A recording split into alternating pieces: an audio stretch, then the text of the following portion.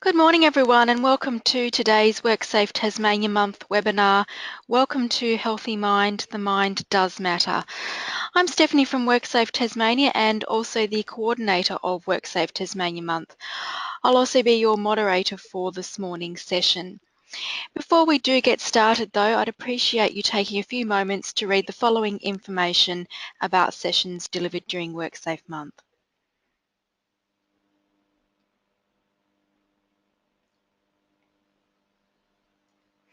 I'd now like to go over a few items so that you know how to participate in this morning's webinar.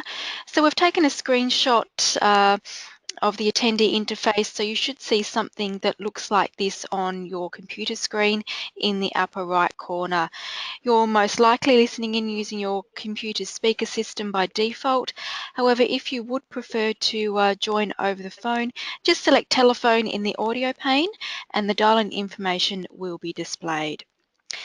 You'll also have the opportunity to submit text questions to today's presenter by typing your questions into the questions pane of the control panel. You can send in your questions at any time during the presentation. We will collect these questions and address them during the presentation and also at the end. We are also recording webinars that we have run during WorkSafe Tasmania Month, and will progressively make those webinars available at the end of the month, which does conclude on Friday. And lastly, before you do leave today's webinar, you will receive a survey on the presentation, and we would appreciate you taking a few moments to complete that survey, providing us with your feedback about your webinar experience and also about the presentation. So it is now my pleasure to introduce to you today's presenter, Tamika Carey from IPAR Occupational Rehabilitation Services, to present this morning's webinar, Welcome to Healthy Mind, the Mind Does Matter. Welcome, Tamika. Thanks, Stephanie. Good morning, everyone. My name's Tamika. I'm an occupational therapist based in Launceston. So for those of you who don't know what an occupational therapist is, we work in a variety of healthcare backgrounds, basically helping people get back to whatever meaningful activity they need to or would like to. So I work specifically in return to work. We work with people who've had both physical and psychological injuries to assist them return to either their pre-injury employment, or if for any reason that's not possible, we can assist them return to new employment. Now, IPAR also work in the injury prevention area. So we do manual handling training throughout Australia. More recently, we've started doing presentations such as this one, which is psychological prevention. The reason for this is that there's been an increase in psychological injuries in the work cover area, and also a general increase in people taking kind of stress leave days and sick leave due to psychological illness or injury. So throughout this presentation, it is normally presented in quite an interactive way. So if you do have any questions at any time, feel free to shoot them through. Also, if you have any examples as we're going through, feel free to send those through as well. And as we go through the presentation, I'll try and give you some examples from when I've previously done the presentation face-to-face with people, because I think they really help to understand the concepts.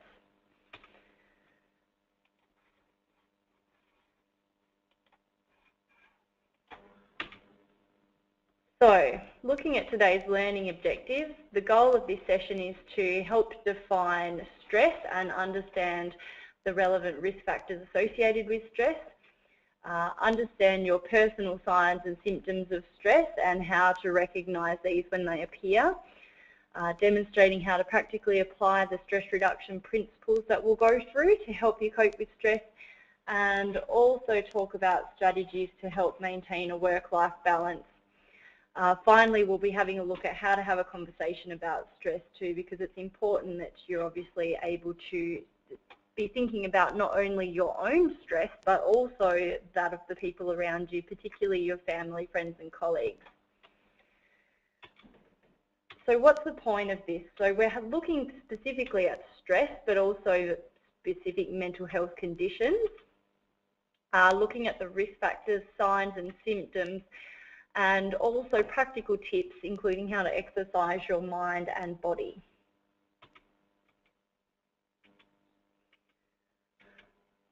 So what is stress? It's different for everyone, but generally we see it being described as an overall feeling of being overwhelmed, tense and moody. So you probably would often hear people say things like, gee, I feel stressed, or I don't know how I'm going to get through this. Some people have the opposite kind of reaction, nothing affects me, I can just cope with anything. So stress can also cause us to procrastinate, and it can also have physical symptoms such as headaches. So as well as being negative though, stress can motivate us to help get tasks done. So it can help us to perform. I know that when I have a long to-do list, if I have a deadline to finish a project by 4 o'clock in the afternoon, although I might feel really stressed, it might motivate me just to get in and get it done. But when stress interferes with our ability to cope with our normal life, that's when it can become harmful. In little bits, stress can help to build resilience. It helps us learn coping strategies and helps us to achieve mental fitness. So a little bit of stress is good for us, but we need to learn how to know when it tips us over the edge and we're in danger of experiencing too much stress. And that's what today's session will hopefully help you to identify, when you can intervene early to build resilience, learn coping strategies and achieve that mental fitness before experiencing the negative impacts of too much stress. So the most common cause of mental health condition is mental stress, and mental stress can influence how you feel, think, behave, interact, and also how our bodies function. So it really impacts on our whole lives.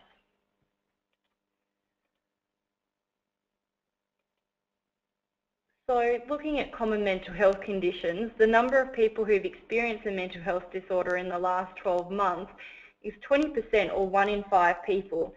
If you're thinking of that in terms of the people around you, we're looking at most likely one person in your family, one person in your close group of friends, or one person in your team at work has most likely had a mental health disorder in the last 12 months. And the number of people who experience a mental health disorder at some times in their lives is nearly 50%. So you've almost got a 50% chance yourself of experiencing a mental health disorder throughout your lifespan. And of those mental health disorders, anxiety and depression are by far the most common psychological disorders that are experienced by Australian workers. So what are your chances of returning to the workplace once you're off sick? So I often ask groups this question. Working in the return to work sector, I can let you know that there is many, many different things that affect someone's capacity to return to work. And quite often examples that I get given are things like the level of support that you might have at the workplace, also the level of support that you might have at home.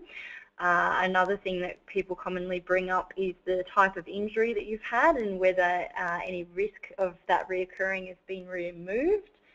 But evidence suggests that the most statistical thing that affects someone's capacity to return to work is actually the amount of time that they've been off work. So you see here that if someone has been off for 20 days, they've got about a 70% chance of returning to work. And if someone's been off for 70 days, they have about a 35% chance of returning to work. So if you have a think about why that might be, why might someone take longer to return to work if they've been off work? So there's a number of things that impact on this. One thing is that if you have a think about yourself when you've been off work for annual leave or for a holiday, how do you feel when you set your alarm before you go back to that first day back at work after 2 weeks off? You feel a little bit stressed, you feel like your body clock is out of whack, you're in holiday mode, you might feel a little bit anxious about getting back to work, you might feel as though you've got hundreds of emails to get through from when you've been away, and so it's not really a very nice feeling. If you can imagine being off work for 70 days, not only have you not been in the workplace to complete your normal tasks, but you've also potentially been at home recovering from an injury. You've not been very productive with your time. You've not been interacting socially with other people as much as you may perhaps have been. You might have been spending a lot of time procrastinating. Another thing that we see that's quite common as well is if someone's had a purely physical injury, so for example, slipped a disc in their back or required surgery for a knee injury, if they've been off work, creeping up to this kind of 45 to 70 days off work, you can often see secondary psychological conditions starting to occur. And again, someone is susceptible to that. You've got them off work, not interacting socially. They're not really being potentially very productive with their time because they are incapacitated from undertaking their pre-injury tasks. So waking up each day and not having that meaning or purpose to get through tasks throughout the day can have a real effect on your psychological health as well as your physical health. So having a look at the most common psychological disorders, first of all, anxiety. So I'm sure that everyone's heard of anxiety or may have experienced or know someone who's experienced it at some time in their lives. So as with many mental health disorders, anxiety is thought to be the result of unhealthy maturation of a process developed through evolution. So I like to think of anxiety in the fight or flight example. You've probably heard of that response, and you know that it's our body's way of preparing to deal with a threatening situation, either through directly confronting the threat or fleeing from it. So to help us prepare for one of these reactions, our body automatically reacts to the perceived threat through heightening of senses. So that's things like tensing of muscles, increase of heart rate, and increased breathing. So if, for example, you were confronted by a man-eating animal, these reactions can be really helpful and they can be resources that you use to help save yourself. But if you're constantly experiencing this reaction to stress over a prolonged period of time, it can be detrimental to your health and well-being. And it also has the capacity to impact on your daily functioning. So as healthcare professionals, we like to look at disorders in a number of quadrants when considering how they impact on our daily functioning. So we have a look at how they make us think, feel, behave, and what our body's physical reaction is. So as you can see for anxiety, feelings are usually those of worry, failure, or powerlessness. In relation to our thinking, you might have difficulty concentrating, making decisions, remembering things, or even have racing thoughts. Our bodies will react with an increased heart rate, shortness of breath, fatigue, or a clenched jaw. And we might act behaviourally by abusing drugs or alcohol, withdrawing from social connections, or increasing smoking. So I think it's important, as with every health condition that we look at, to consider that it affects people really differently. So I think of the example of, for example, in the behavioural section here, looking at substance abuse, it might be that two people might be experiencing similar feelings of anxiety when attending a social event. One person might react by downing a few glasses of wine as a coping mechanism to help relieve some of their symptoms of anxiety and interact better in that party. Other people might have the experience of more of that kind of flight response. So they might arrive at the party, stand in the background for 20 minutes or so, and then leave really early. So it is important to think that, two people experiencing the exact same symptoms in the exact same scenario can have completely different reactions, and that's very normal. So similar, looking at depression, so there's probably been a time for all of us when we've said I'm depressed, but depression is more than just feeling sad. Depression is a severe or prolonged feeling of despondency and sadness which significantly impacts a person's ability to effectively function in a broad range of domains. So depression is associated with the most increased absenteeism, withdrawal and disengagement from the workplace. And I think it's important to remember that absenteeism and disengagement, not just looking at it from a workplace perspective, because it's pretty obvious when someone starts to withdraw from the workplace. There's generally a record of attendance for work, so it is very obvious when you do stop attending that.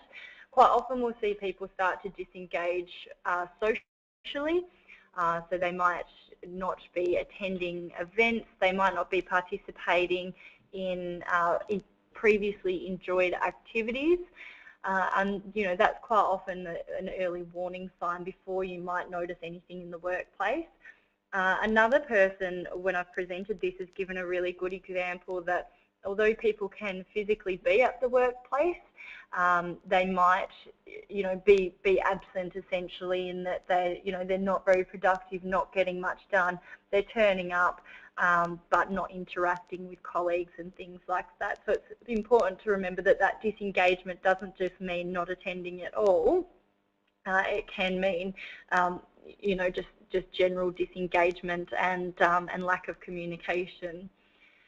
So at least 7% of employees in an organisation will experience depression in any 1 year, and it does have the most negative impact of all mental health conditions on work performance.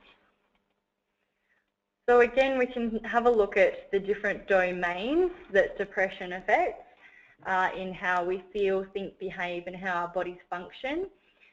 So you tend to see feelings of low mood, loss of interest and motivation, a lack of confidence. People with depression often report thinking thoughts about being a failure, being worthless or at fault. Depression impacts on a person's ability to sleep, eat and get day-to-day tasks on. So it says on there significant weight loss. I would say it can also impact on significant weight gain depending on the person. Your psychomotor agitation, which is being really flinchy or touchy, or similarly psychomotor retardation, which is where everything's slowed down.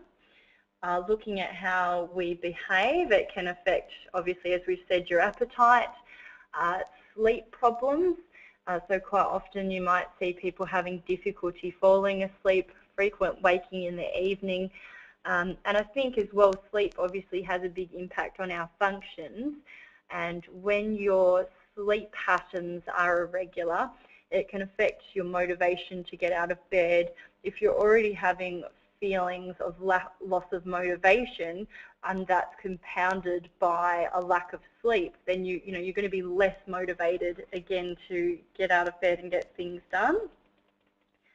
It can also cause physical agitation or headaches. Looking back at the what you experience, those are really big ones as well. And as we said, with behave, not getting things done at work. So the absenteeism isn't necessarily not physically being there. So what affects you? I quite often ask the groups that I'm presenting to have a think about what affects them and what might cause stress in their lives. So I think it's important just to take a moment, if you're listening to this webinar with a group of people, maybe have a quick chat about what affects you, or the people around you. And I guess it's, we know that mental illness is debilitating and extremely common, and we know that too much stress can lead to mental illness. So if we're able to identify what causes us stress, it can help us cope with those stresses. It could be anything really. Some of the most common causes of stress that we see on a day-to-day basis are these ones that I'm just bringing up now. So work pressure or overload is definitely a big one. Rapidly changing work environments. So that is, if you are given a new role to take on, or quite often there'll be changes in policies and procedures. I find people that are, work for organisations where essentially things are out of their control, can find it really difficult to adapt and find that quite stressful. Job insecurity can be quite stressful, particularly when an organisation has multiple redundancies and people are wondering if their job is secure or not. That can be very stressful. Interpersonal conflict in the workplace, and obviously interpersonal conflict outside of the workplace as well, so dealing with family members or friends. Financial strain, health and medical issues, and those are health and medical issues for yourself and also for people around you, friends and family. Relationship problems, planning a marriage, a baby or a new career direction, traumatic events and competing life demands. So generally people tell me that kids are quite stressful. I've had a few people that have gotten married, and I know the build up to their weddings has been very stressful as well, so it's not always a negative event that causes the stress. And I think the competing life demands is a big one as well, because that's something that's a little bit harder to identify. You might not be able to pinpoint one thing that's causing you stress, but it might be that work's really busy, so you're working a little bit of overtime. Hubby's saying to you, oh, I've had to do all the extra runs for the kids because you haven't been home to do it. Your friends are saying, I feel like I haven't seen you in weeks. And just that feeling of being torn from multiple directions can be stressful in itself.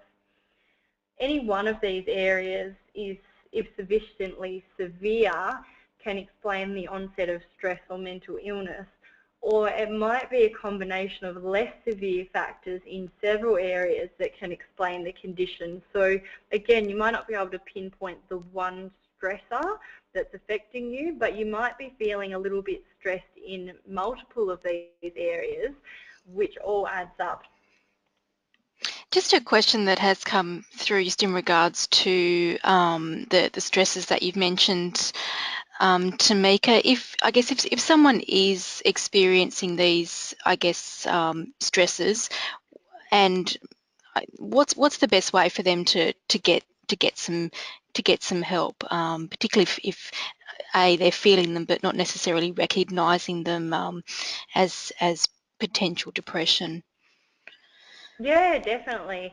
So we will go through some potential coping strategies and things later on in the presentation.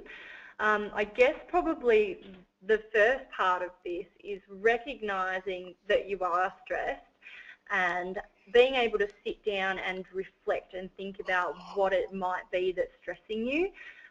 So again, just being aware that there's these areas, and this definitely isn't a comprehensive list. There's many other things that might cause stress in your life, but being aware that you are feeling stressed, being able to identify that, and being able to sit back and reflect on what it is that's stressing you is the first step. And then just in a little while, we'll have a look at how to cope with that as well.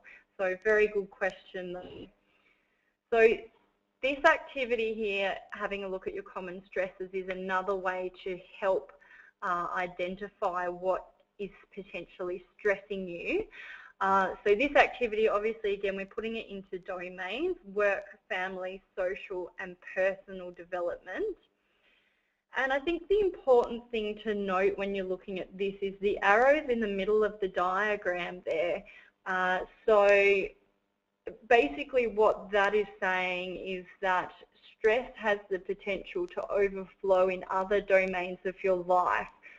So for example, if I'm feeling really stressed at work, if I've got a big project that's due to be completed and I don't feel as though I'm going to reach that completion point by my due date, I'm getting criticism from colleagues or from potential customers about not reaching that due date, then I'm really, really stressed at work.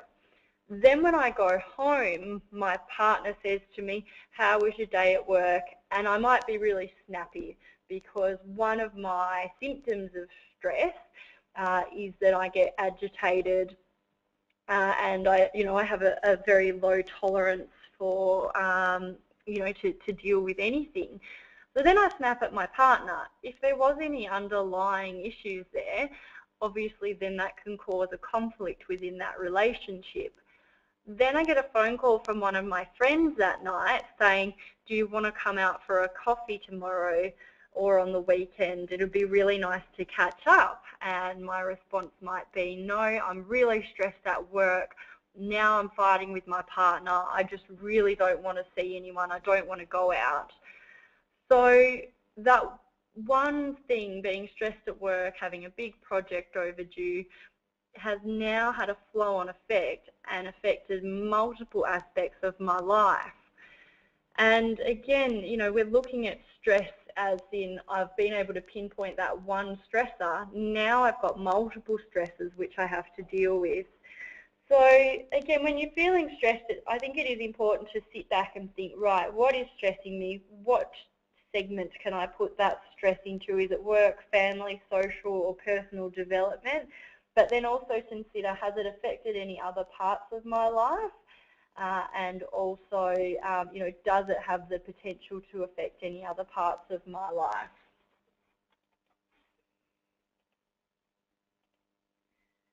So having a look at the signs of stress, I'm just going to pop all of these up on the one slide. So obviously we've said that stress has the potential to affect both physically, emotionally and cognitively. And again, it's different for everyone, and this list you might find that you experience some of these or many of these. It will be different for everyone. Some common ones that I've had a chat to people about is some people have told me when they feel stressed they get just like a red rash over their skin, which resolves when they're not feeling stressed anymore.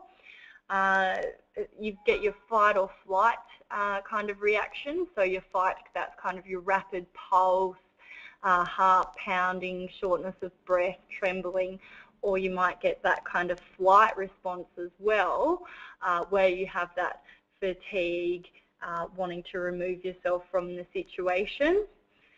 Emotionally, you've got a whole spectrum of emotional responses, so from things like nervousness and anxiety to being moody, to being easy to anger, feeling negative. And cognitively, you've got things like forgetfulness, poor concentration, errors in judgment, inability to think clearly.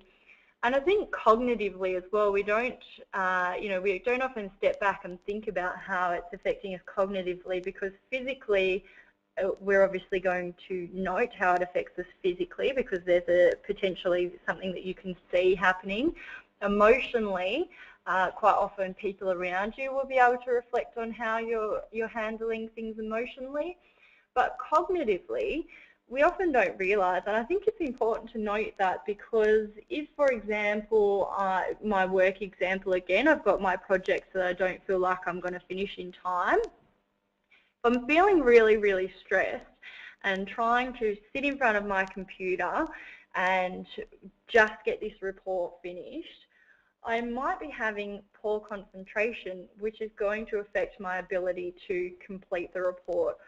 I mightn't be thinking clearly. I might have increased error in judgment, or slowing of the thought process. So if I don't do anything to manage my stress, it might be counterproductive to me completing the task that I have set.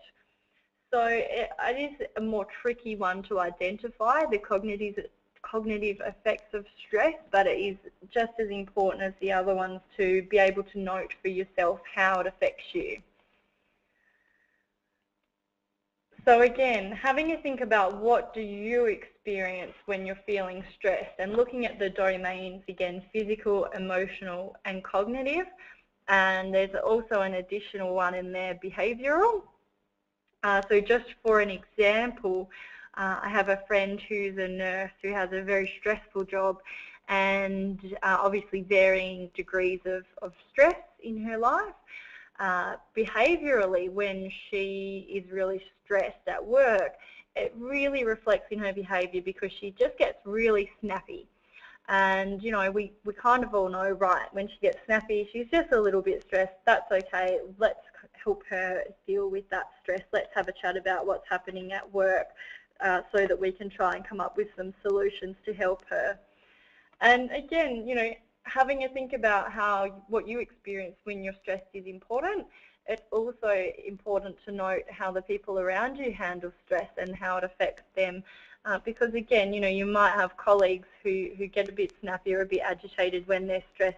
And if you're able to identify, right, this person's stressed, then you might be able to help do something about it. You might be able to have a conversation with them about it. You know, similarly, if you're in a management position, if you can note, you know, how the people in your team experience stress, then you might be able to better identify when they're stressed, because you know, they themselves might not be able to sit back and notice that subjectively, but you looking from the outside might be able to notice and help to intervene to make things better. So how do we help to manage stress? So one of the important things is building a healthy mind and body. So how do you build a healthy body? I'm hoping that everyone has something that instantly pops to mind with how to build a healthy body. It's a pretty easy one, I would think. The first thing to build a healthy body is regular physical activity. And the Mayo Clinic have come up with 7 benefits of physical activity. So obviously it helps to control weight. It can combat health conditions and diseases. It improves mood, boosts energy, promotes better sleep, improves physical intimacy, and can be fun. So I think a lot of people that I talk to use physical activity as a way to de-stress or unwind. Again, everybody's really different, so some people might not find it as helpful. But a lot of people will say that they go to the gym to unwind after a stressful day at work, or go for a walk to help de-stress at the end of a long day. So it's important to bear this in mind, obviously for a physical health perspective, but also from a psychological health perspective. If somebody's on a GP mental health plan, for example, quite often they will include physical activity as part of the therapy, because studies have shown that increased physical activity does assist with improving mental health as well. Hopefully you were also able to identify the other thing that affects, helps to build a healthy body, which is maintaining a balanced diet. So obviously it's an important step towards a healthy lifestyle. It boosts immunity, which I think is an important one to bear in mind, because when we're feeling stressed, we actually have a lower immune system. So you've probably heard people say before, I've had a really stressful week at work and now I've got a cold sore, or I had a runny nose and the kids have been stressing me out and now I've developed a full-blown cold. So, you know, stress, because of the way it physically and psychologically manifests, it does affect our immune system.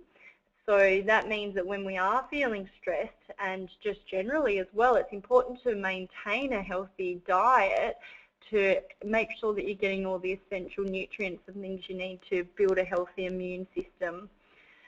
It also helps to protect against certain types of diseases, contributes to an adequate body weight.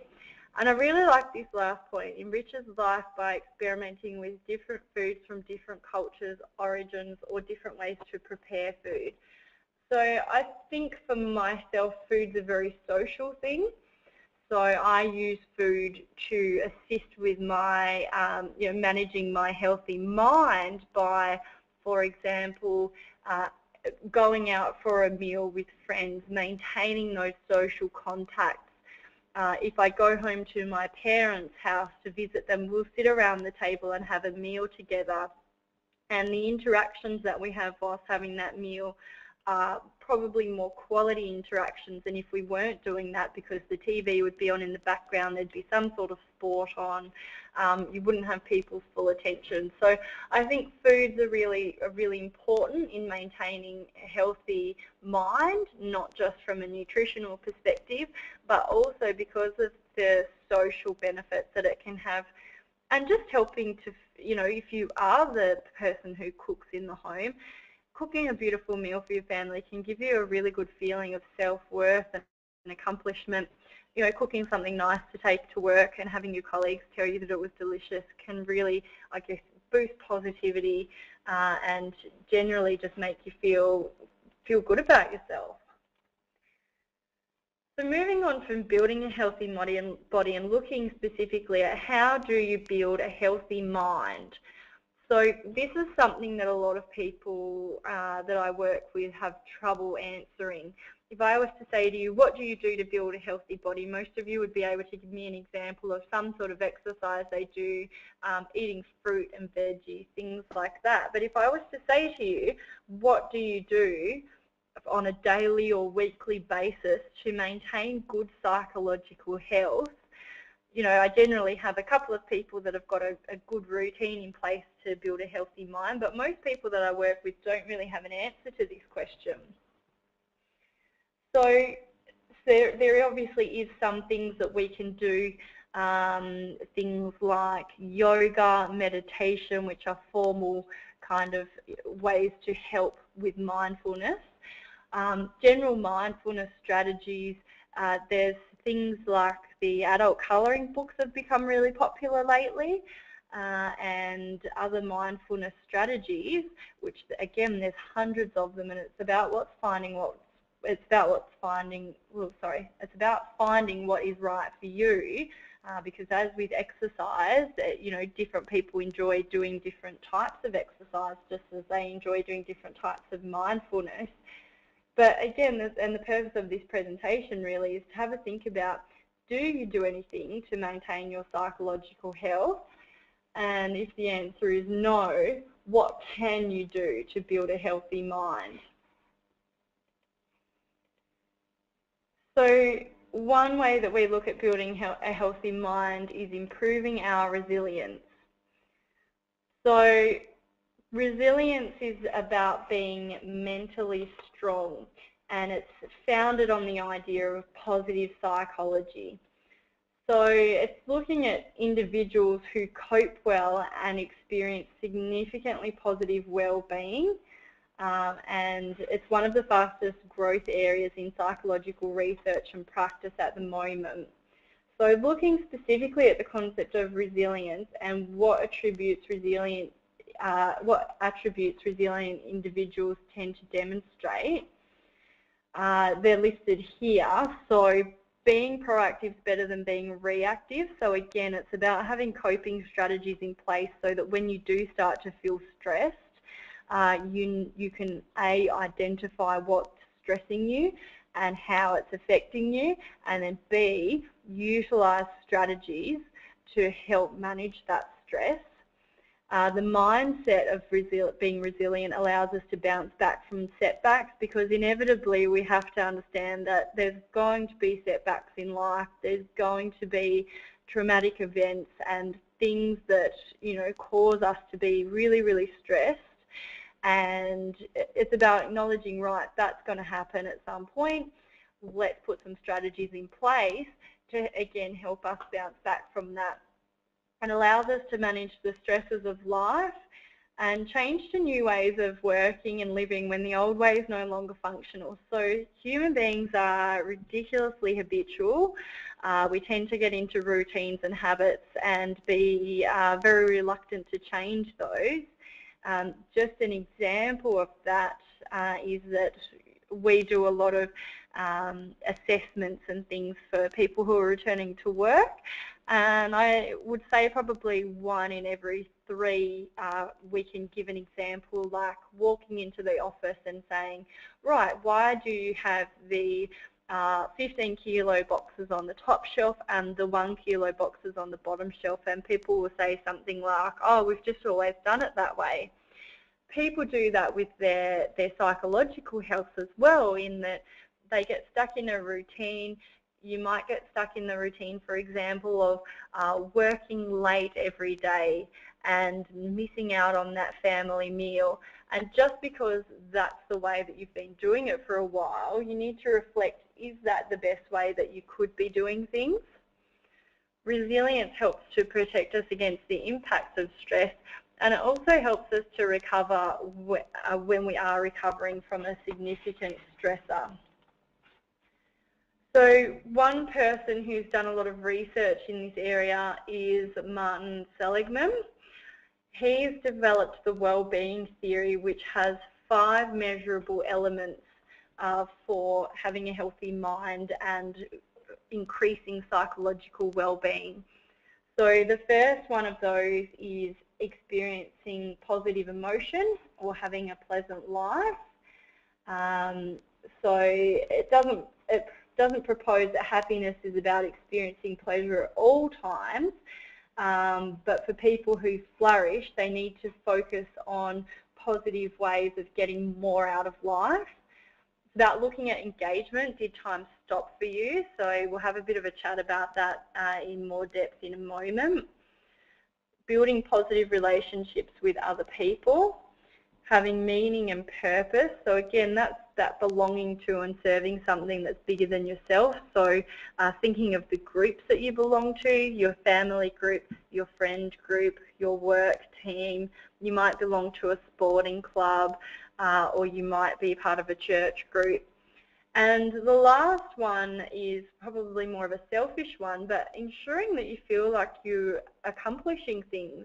So it's often pursued for its own sake, even when it brings no positive emotions. And I think that's really important, that you'll often see in resilient individuals, that kind of being able to give yourself a pat on the back for doing a good job. So, you know, even my example before of baking a beautiful meal for your family, conquering a new recipe that you've never cooked before, being able to actually say, yep, I did a good job with that, definitely helps to increase your psychological well-being. Another theorist, Barbara Fredrickson, has also looked at ways that people can improve their resilience and effectively deal with stress. So she's developed the broaden and build theory, which states that positive emotions broaden an individual's momentary thought action repertoire. Enjoy sparks the urge to play, and interest sparks the urge to explore. So she says that positive emotions promote discovery of novel and creative actions, ideas and social bonds, which in turn build that individual's personal resources, ranging from physical and intellectual resources to social and psychological resources. She also talks about the Lasada ratio, which is more positive thoughts than negative thoughts help to build social capital. And highly resilient individuals have shown to experience positive emotions even in the midst of stressful events. So they're more likely to succeed in rebounding from these events. And in this context, they use their positive emotions as a coping strategy. So someone gave me a really good example of this in one of my presentations of someone who, for example, is a singer. So the first performance they do, they might be feeling really, really stressed. They might be feeling really anxious. and when they go out to perform, they might get through the whole song, not really enjoy it though because they are feeling really stressed. Over time, as they build their resilience through experiencing this stress and also develop coping strategies, so for example, they might listen to soothing music before their performance. They might undertake some deep breathing before they go out and sing. Even though they might feel a little bit stressed and anxious before every performance, once they've developed these coping strategies, they're able to experience positive emotions even while performing in this potentially stressful event.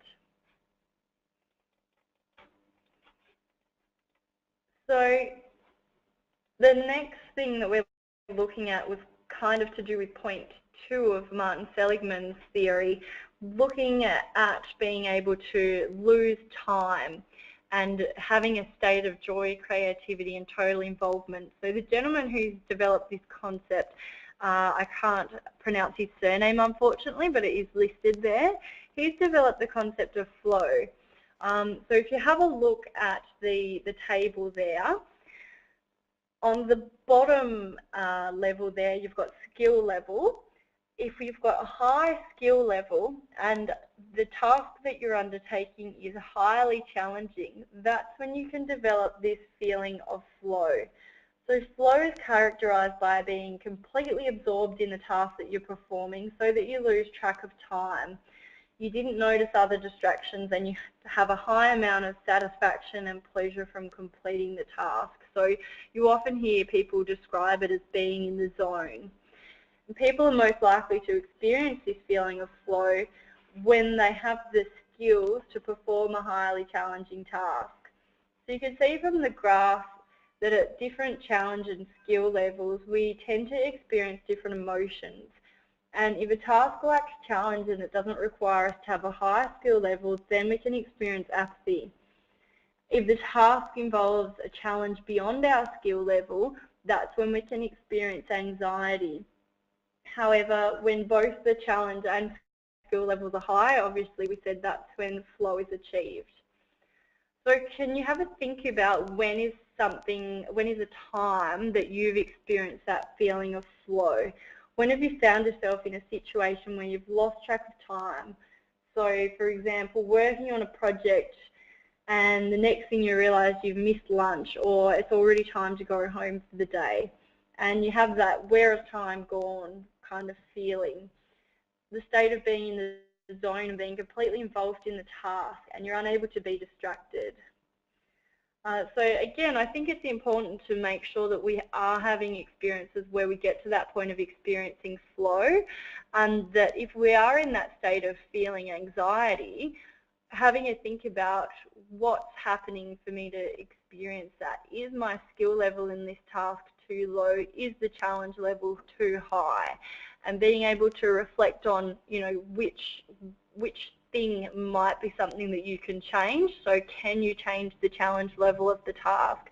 Can you increase the time frame to do this task so that you have time to complete it, therefore reducing the challenge level and reducing your levels of anxiety? Or can you upskill yourself so that you don't experience anxiety when trying to undertake this task? So looking at practical tips to enhance psychological well-being. So looking at enhancing our own well-being by building strong networks or relationships around us. So it's important to have family, friends, co-workers, people in our lives that we can use to seek support. And also the ability to trust and willingness to share new experiences. So quality of relationships is generally more important than the quantity, and it's beneficial for your mental health to have a few good friends who you know you can trust and share experiences with, rather than a lot of friends who you don't really share things with. Another little task that we use to have a look at psychological well-being is having a think about your beliefs and values. So if I'm reflecting on what my beliefs and values are, and then thinking about, do I actually live to those values? So just as an example, if I say that I value my family above all else, and I think about my actions over the last month when I've seen my parents once, I could have gone around to visit them a couple of other times, but I stayed late at work. I could have visited them a couple of times, but I was really tired, so I went home and watched TV instead. My dad asked me to help him last weekend, but I said I couldn't because I wanted to go out with my friends. Then am I really living consistently by what my values are? And I don't think that anyone really gets that 10 out of 10 I'm living, oh sorry, that 0 out of 10 I'm living fully by my values, because I think that, you know, we obviously have financial obligations and things that are out of our control. But again, it's about thinking about what do I value most in life, and am I living consistently to do that, or am I working 50 hours a week and not spending time with my friends or my family, or participating in the sport that's important to me. So focusing on achievements can also help to enhance psychological well-being. So again, this is about being able to give yourself a pat on the back, identify something that you've done really well, and setting goals and rewarding yourself as well. So again, just trying to find that feeling of achievement. Minimizing negative self-talk, so being mindful of unhelpful thinking and talking positively, and being solution-focused. So I think this is really important in that, you know, sometimes it can be really good to have a rant and get something off your chest. But if you are going to be speaking negatively, what's the point of speaking negatively if you're not going to be trying to come up with a solution? Speaking negatively can bring down other people around you. It makes your mood more negative, and you know, it's not helpful. So it's about trying to be positive. If something's outside of your control and you can't find a solution for it, it might be the case that you get it off your chest and you say, right, I'm not going to think about that for another week. I'll come back to it and reassess if I can find a solution. We find that people that are really stressed tend to be very negative and go over and over again the negative scenarios in their mind. So someone asked earlier about how we can deal with stress. So mindfulness is a strategy that we use to help cope with stress. It involves acceptance of our thoughts and emotions rather than resistance. So I think of this, for example, from my office-based days. If I'm feeling really stressed, I can find that I'm staring at my computer screen, I'm procrastinating, I'm not being very productive. So using a simple mindfulness strategy, which might take 2 minutes, can then mean I can get back onto the task and help to you know, improve my productivity essentially. So the example here is putting your worries on a leaf. So basically sitting at your desk, close your eyes and think of a beautiful stream with just a leaf sitting on it floating down the stream. As each leaf goes past, you place a thought on it and watch it slowly disappear down the stream. So it might be, I'm not doing this report correctly, let it float down the stream. I don't know if I'm going to get this done on time, let it float down the stream. And some people might think, am I doing this right? Why are we doing this? And again, this is okay. It's something that, you know, you've got to find a mindfulness strategy that works for you. Some people find that if mindfulness strategies like imaging and breathing techniques and things don't work for them, that, you know, I say even getting away from your desk and going for a lap around the block can be helpful. Getting away from your workspace and going into the lunchroom and having a chat with a colleague for 5 minutes about what you're going to do on the weekend can also be helpful. It's basically what can you do to take your mind off the task, basically reset, and then come back feeling fresh, feeling de-stressed to complete that task. So Maintaining a healthy life means continuing with your usual activities. That includes work, social and family. Making sure that you make time to do the things that you enjoy. Seeking support and asking yourself, are you okay? So asking yourself, are you okay, is really important. It's also important to be able to talk about stress with other people. So the 4 steps that we use to talk about stress, the first thing is asking the question. I find that a really simple question. I've noticed that you're not yourself at the moment, or I've noticed that you seem quite stressed. Is everything okay? Is a really good one. If the person doesn't want to speak to you, they'll say, yeah, no, I'm fine, thanks for asking. And you know that that's, where you stop. But I think just asking the question can sometimes make people feel really good that, right, they've noticed that I'm feeling stressed. And that acknowledgement can be a really good thing. If someone is willing to disclose to you that, yes, I'm feeling really stressed at the moment, it's really important to listen and ask questions. So how is this affecting you? Do you know where to seek help? Helping them to seek help is important too. I find a lot of people might know where to seek help, but they just haven't gone about it yet. And obviously, if they don't know where to seek help, hopefully you can give them a point in the right direction. And then finally, following up. So following up after that conversation, what's the next step for you? How did you go with seeking help? Again, just making sure that you're touching base. So this activity, role play, essentially goes through different ways that we can have a conversation. So step 1, asking the question. So you can ask things like, I've noticed that you're a bit stressed. Is everything okay? You don't seem like yourself. Is everything all right? Step number 2 was having that conversation. So asking questions about what have you done to help this situation? What do you think might help you? How else is it affecting you? Step 3, do you know where you can get help, or have you spoken to anyone about this before? So pointing them in the right direction to seek help. And step 4 is that follow-up phase. So how are things? Did you end up going to that appointment or speaking to that person? What's the next step, or what did they recommend for you? So I guess today the point is just to get you thinking about stress and how it might affect you. Now that you think back, you might be able to reflect on some strategies that you do use to maintain a healthy mind, but you just don't consciously do it.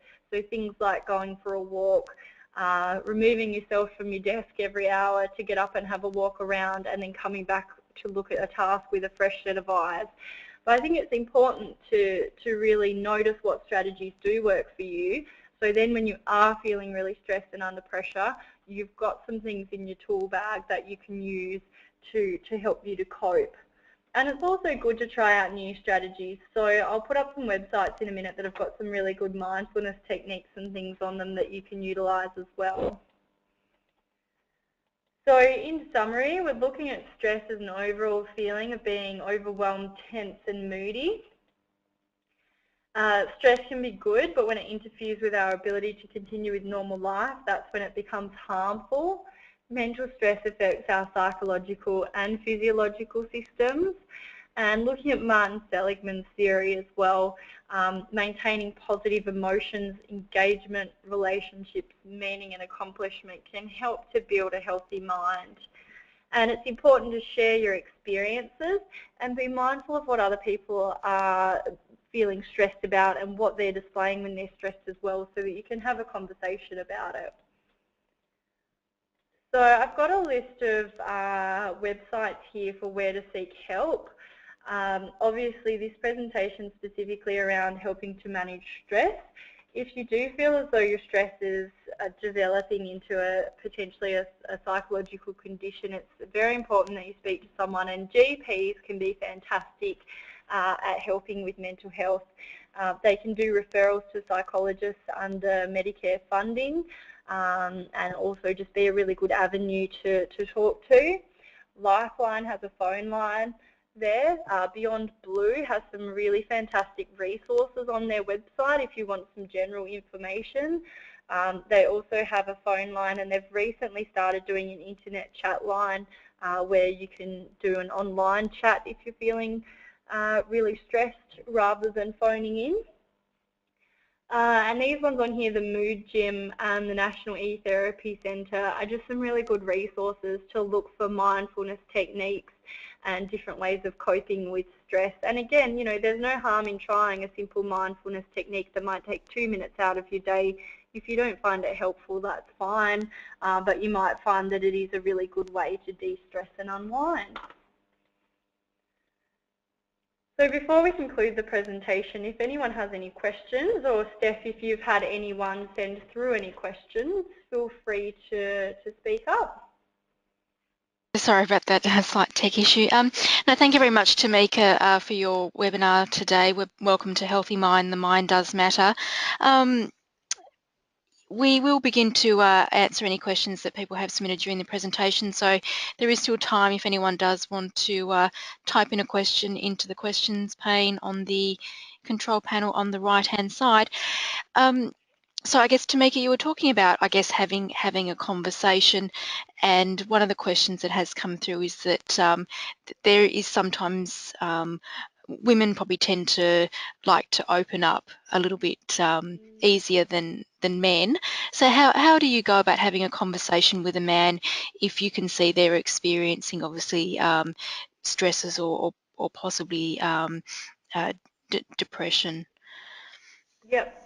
Yeah, definitely. I do agree with that that comment, and I guess again it's different for each person. I think the most important thing is keeping it relevant and keeping asking those questions. I actually worked with a gentleman who was returning to work, and after the process was over, he said to me, he was off work for a month, and he just got a phone call once a week from his boss to say, how are you going? How are you feeling? Are you feeling stressed? Are you feeling under pressure? And he said to me later on, I was feeling stressed. I didn't really want to talk about it with work, but just having someone acknowledge that what you're going through is really stressful, or what you're doing is really stressful. Having that being acknowledged to him helped him to cope with it in his own way. Stress is really tricky because if people don't want to deal with it, then they're not going to.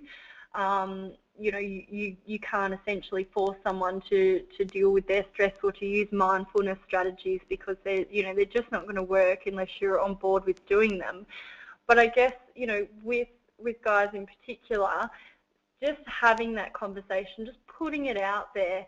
And again, you don't need to ask the question every day because you don't want to sound like a broken record, but, just touching base once a week or pulling them aside from a task, if you do see they're starting to get stressed, just even having a chat about, what do you think happens when you get stressed, seeing if they can, using the activity sheets to see if they can identify what happens when they're feeling stressed. And again, we're not talking about this from a mental health perspective in regards to diagnosable conditions. We're just talking about general stress, which everyone experiences in varying levels, I think, most days in their life. So I think the most important things is being able to put it out there, and then helping them to identify what makes me stressed and what can help me to unwind. And like I say, mindfulness strategies aren't for everyone. Some people might find going for a walk around the block is a good way to unwind. And yeah, just finding what works for you, really. All right, thank you, Tamika. And just last question, does IPAR provide these presentations for all workplaces or go into workplaces? Yeah, we sure do. So we do these presentations with workplaces. I find that they work really well in small groups. We normally do them with groups of between about 6 and 20 people. But I think if you have a group kind of a dozen people or less, they work best, because generally as we're going through them, we're asking the questions, getting everyone to have a chat about things, not necessarily in regards to themselves, but saying, can you tell me an example of what someone in your family does when they're stressed? And I find they're really helpful. Again, generally a lot of the info in these presentations isn't necessarily new info, but it's about keeping it relevant, about, you know, again, bringing it to the front of your mind of how can I manage my stress. So yeah, definitely we do these presentations all across Tasmania and also on the mainland, and yeah, we have a really good response from them in a workplace situation. And if you did want to speak to IPAR about getting one of these presentations organised in your workplace, my email address is tcarey, C-A-R-E-Y, @ipar.com.au. So you can feel free to flick an email through, and yeah, we can definitely forward some more information. We also do manual handling training and I guess physical kind of strong for life training as well. All right, thank you very much, Tamika. And on that note, thank you for your presentation, your webinar this morning. Welcome to Healthy Mind. The Mind Does Matter. So again, before everyone does leave today, there will be a short survey that pops up on your screen. We do appreciate you taking a few moments to provide us with your feedback about today's presentation and also your webinar experience. So on behalf of WorkSafe Tasmania and our presenter today, Tamika Carey from IPAR, we thank you for joining us, and we hope that you have a great, safe and healthy rest of the day. Thank you, and thank you, Tamika.